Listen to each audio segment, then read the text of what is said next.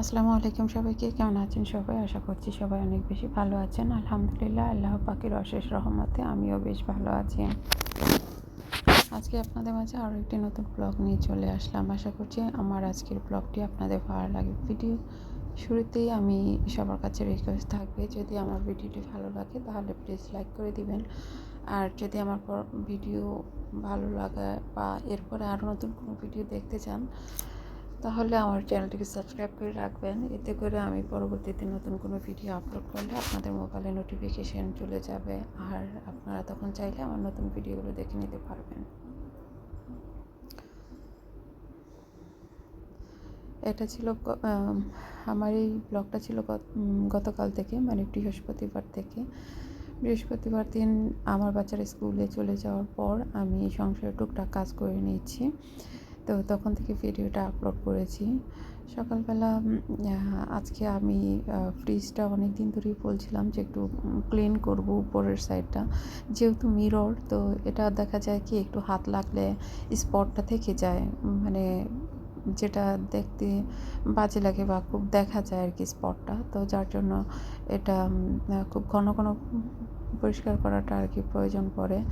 আর আসলে এটা বলে কথা নয়, যে কোনো জিনিস আসলে ঘন ঘন পরিষ্কার করলে যেরকম সুন্দর ঝকঝকে তকতকে থাকে, তো অনেক দিন পর পর করলে তার সেরকম থাকে না। তো ফর দিস রিজন এটা দেখা যায় একটু যত দূর পারি আর কি মেনটেন করার চেষ্টা করি। আর সে সাথে কিচেনের যে ক্যাবিনেটগুলো আছে সেগুলো একটু পরিষ্কার করে নিচ্ছিলাম। আর এখনও অবশ্য আমার হাজব্যান্ডের জন্য আমি ব্রেকফাস্ট দিই নেই, তো আমি এখানে আলু আর বরবটি ভাজি করে নিচ্ছি। তো ব্রেকফাস্ট দেওয়ার আগে মোটামুটি ঘরের টুকটাক অনেক কাজ করেছি। তো আমার হাজব্যান্ড যখন ঘরে থাকে তখন আমি ক্যামেরা অন করতে একটু শাই ফিল করি, আর যখন না থাকে তখন খুব ইজিলি ভিডিওগুলো করতে পারি। তো এখন এর মধ্যে আমার হাজব্যান্ড দেখা গিয়েছে নাস্তা করে তারপর চলে গিয়েছেন। আর উনি চলে যাওয়ার পর এখানে বেশ কিছু কাঁচামরিচ বেশ কয়েকদিন আগেই নিয়ে আসা হয়েছে, যেগুলো জমিয়ে রেখেছিলাম আর করা হয়নি, বোটা ফেলে রাখা হয় না আর কি। তো আজকে বোটা ফেলে এগুলো রেখে দিব। আর ইদানিং আমার একটু সমস্যা হচ্ছে, খুব বেশি ঘরের কাজ করলে হয় কি হাতের ভিতরের যে হাড়গুলো আছে এগুলো খুব ব্যথা করে, আর আমি 2 দিন একটু বেশি কাজ হয়ে গিয়েছিল, তো যার জন্য আমার হাতের অবস্থা খুব খারাপ ছিল। আমি কিছুতেই মানে কোনো কাজে হাত দিতে পারছিলাম না। তো মরিচের বোটাগুলো ফেলার পর দেখলাম যে আরও বেশি হাতগুলো ব্যথা করছে। তো আমার খুব ইচ্ছে ছিল যে আমি বৃহস্পতিবারের সারাদিন যা ভিডিও করছি সেগুলো ভিডিওগুলো আপনাদের সাথে একটা ব্লগ আকারে আপলোড করব, কিন্তু মরিচগুলো খোসা ছাড়ানোর পর আর আমার হাত কাজ করছিল না, তো আর আমি ভিডিও আর অন করিনি, এমনি এমনি মানে রেখে দিয়েছিলাম আর কি। তো এটা ছিল বিকেলবেলা বৃহস্পতিবার দিন। রিজওয়ান কান্না করছে। রিজওয়ান আর রায়নের মধ্যে মাঝে মাঝে একটু মনোমালিন্যতা হয় টিভির রিমোট নিয়ে। তো এখন আমরা একটু বাহিরে যাব, তো এর মধ্যে দুইজনের মন কষাকষি হয়ে গিয়েছে। তো যাই হোক, লাস্ট পর্যন্ত আমরা একটু যমুনা ফিউচার পার্কে আসছি। যখনই একটু ভালো না লাগে বা একটু বাহিরে বের হতে ইচ্ছে হয় তখনই দেখা যায় বাচ্চাদেরকে নিয়ে একটু যমুনা ফিউচার পার্কে আসি। দেখা যায় সাথে কিছু বাজার করে নিয়ে যাই, আর মনটাও একটু ফ্রেশ লাগে ঘুরে টুরে গেলে, বাচ্চাদেরকে নিয়ে একটু খাওয়া দাওয়া করে আসলে আর কি। তো এটা ছিল শুক্রবার দিন সকালবেলা ঘুম থেকে উঠে তেমন একটা কিছু ব্রেকফাস্টের জন্য অ্যারেঞ্জমেন্ট করা হয়নি। তো আজকে আমাদের দুপুরবেলা একটা দাওয়াত আছে, তো সেই প্রোগ্রামে যাবো, যার জন্য আর সেরকম ভারী কোনো খাবারের আয়োজন নেই, মানে দুপুরের খাবারের কোনো আয়োজন নেই। সকালবেলা আমি ওদের জন্য ভাবলাম যে অল্প একটু খিচুড়ি করি মাহির আর রায়ানের জন্য, আর রিজওয়ানকে একটু নুডলস সিদ্ধ করে খাইয়ে দিব।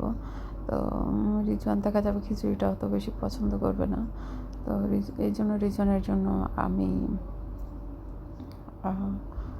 নুডলসটা সিদ্ধ বসিয়ে দিয়েছি, আর খিচুড়ি মাহির আর রায়ানের জন্য সাথে ডিম ভাজি করে দিব ওদেরকে। তো এখানে আমি খিচুড়ির মশলা সবগুলো দিয়ে নেড়ে চেড়ে একটু কষিয়ে নেব। কষিয়ে নিয়ে কিছুক্ষণ পর কষানো হয়ে গেলে পানি দিয়ে দিব আর কি। গত পরশুদিন আমার বাসায় মেহমান আসছে, সন্ধ্যার দিকে আর কি। তখন আমি এই ওভেনটা ব্যবহার করেছিলাম। তো ওভেনটা ব্যবহার করে আমি একটু ময়লা লেগেছিলো, তো আমি আর এটা ভালোভাবে ক্লিন করিনি। তো এখন আমার ভিডিও করতে এসে আমার মনে হলো যে এই জায়গাটা একটু পরিষ্কার করা উচিত। তো এখন আমি ওভেনটাকে একটু পরিষ্কার করে নিলাম আর কি। তো অনেক সময় এরকম হয় যে এক কাজ করতে এসে দেখা যায় যে আরেক কাজের কথা মনে পড়ে যায় যে হ্যাঁ, এই কাজটা তোমার বাকি রয়ে গিয়েছে, এটা করে ফেলি। তো আমি এইদিকে ওভেন পরিষ্কার করার সময় তো করেই যাচ্ছিলাম, তখন আমার হঠাৎ করে খেয়াল হলো আরে আমি তো নুডলস বসাইছি রিজওয়ানের। তো নুডলসটা বেশি সিদ্ধ হয়ে গিয়েছে, নুডলসে একটু মশলা কম হয়ে গিয়েছিল। আমি কিছু এক্সট্রা মশলা কিনে এভাবে পটের মধ্যে ভরে রেখে দিই। তো দেখা যায় যে যখন প্রয়োজন হয় মিক্স করে নিই। নুডলস বেশি সিদ্ধ হয়ে গেলে আবার বাচ্চারা খেতে চায় না। আমার 3 ছেলের সেম কন্ডিশন। দেখা যায় ওরা নুডলসটা একটু বেশি সিদ্ধ হয়ে গেলে আর পছন্দ করে না। তো আমি এখন নুডলসটাকে সিদ্ধ করে নিয়েছি, কিন্তু বেশি সিদ্ধ হয়েছে, তো ভাবছি রিজন এটা কীভাবে রিসিভ করবে, কারণ বেশি সিদ্ধ হয়ে গেলে পুরোটা খেতে চায় না। আর এদিকে আমি খিচুড়িটা কষানো হয়ে গিয়েছে, এটা আমি পানি দিয়ে দিব এখন।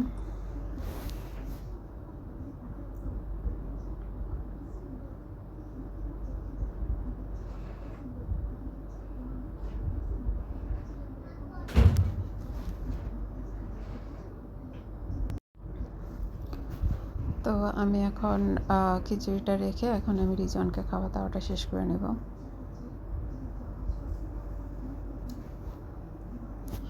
মাহিরের বাবা আজকে পুকুর নিয়ে ব্যস্ত। সে আজকে পুকুরের পানি চেঞ্জ করছে, পুকুরের মাছগুলো প্রতি তার খুব বেশি ইন্টারেস্টেড সে। তো আমি এখানে রিজওয়ানকে সকালে ব্রেকফাস্ট করাচ্ছিলাম আর সাথে টিভি দেখছিলাম। তো আজকে টিভিতে এমনিতে সচরাচর টিভি আমার খুব একটা দেখা হয় না, তো আজকে দেখে নিচ্ছিলাম আর কি। ভালোই লাগছিলো টিভি দেখতে। দুধটা গতকালকে আমি ফ্রিজে রেখে বাহিরে গিয়েছিলাম, গরম করিনি আর কি। তো আজকে ভাবলাম যে দুধটা গরম করে নিই। আর একটু আমার চা তো অত আমি খাই না, দুধ চা খেলে একটু সমস্যা হয়। তো ইদানিং দেখি যে কফি খেতে বেশ ভালোই লাগছে। তো আমি আমার নিজের জন্য একটু কফি করে নেব এখন। আর সেই সাথে মাহিরও খাবে। তো মাহির এখন আবার পুকুরে নেমেছে, তো ভাবলাম যে আমারটা আমি একা একা খেয়ে নিই।